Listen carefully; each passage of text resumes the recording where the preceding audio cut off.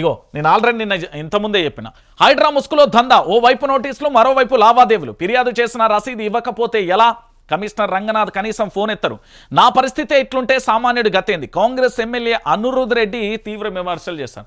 నేను ఒక విషయాన్ని అనిరుద్ రెడ్డి విషయంలో కాస్త లోతుగా వెళ్ళినా, అసలు ఎవరు ఈ అనిరుద్ రెడ్డి? ఎందుకు 10 మంది ఎమ్మెల్యేలను పూర్తి స్థాయిలో ఫామ్ హౌస్లో చర్చబెట్టిండు?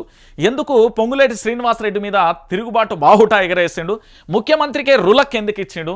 ఇప్పుడు రంగనాథ్కి ఎందుకు రులక్ ఇస్తున్నారు అనేది ఇవి ఆరా తీసే ప్రయత్నం చేసిన. ఇన్వెస్టిగేషన్ జర్నలిజం అంటారు దాన్ని. చేస్తే ఇక్కడ విషయం ఆసక్తికరంగా వెళ్ళింది. తరతరాల నుండి తనకు ఆస్తులు అయితే ఉన్నాయి, అది వాస్తవమైన విషయం. తనకు రాజకీయంగా పూర్తి స్థాయిలో కూడా ముక్కుసూచి మనిషి, ఉన్నది ఉన్నట్టుగా మాట్లాడతాడు. విషయం ఏంది అంటే, ఈయన నియోజకవర్గమే కాకుండా తెలంగాణలోని పలు నియోజకవర్గాలలో ఎమ్మెల్యేలకు సంబంధం లేకుండా కాంట్రాక్ట్లు వస్తాయి, ఎమ్మెల్యేలకు సంబంధం లేకుండా ల్యాండ్లు మాయమవుతున్నాయి, ఎమ్మెల్యేలకు సంబంధం లేకుండా ల్యాండ్లు సెటిల్మెంట్లు అవుతున్నాయి. అరే ఇదెట్లా పాసిబుల్ అనేది మన అనిరుద్ రెడ్డి వ్యాఖ్యానిస్తున్న పరిస్థితి.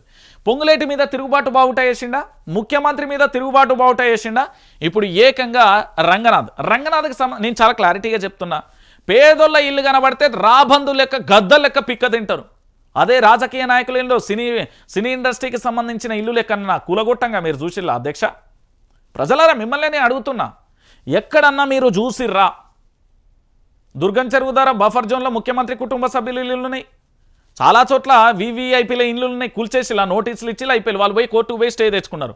మా వాళ్ళు కోర్టుకు పోయే సమయం కూడా ఇయ్యరు. నిండు గర్భిణి అని చూడకుండా వాళ్ళ ఇల్లును గులగొట్టిన దుర్మార్గమైన ప్రభుత్వం ఇది. చాలా ఘోరమైన విషయం.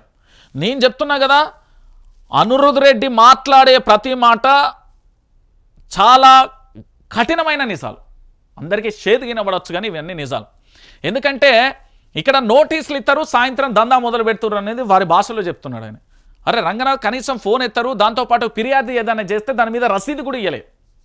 మరి పోలీస్ స్టేషన్ పోతే ఏదైనా కేసు విషయంలో రసీదు ఇస్తారు కదా, రసీదు ఇచ్చేదాకా మనం బయటికి వెళ్తామా? ఆఖరికి ఏదైనా బిల్లు కడితే రసీదు ఇస్తాం, మరి ఫిర్యాదు చేసినప్పుడు ఎందుకు రసీదు ఇస్తలేం?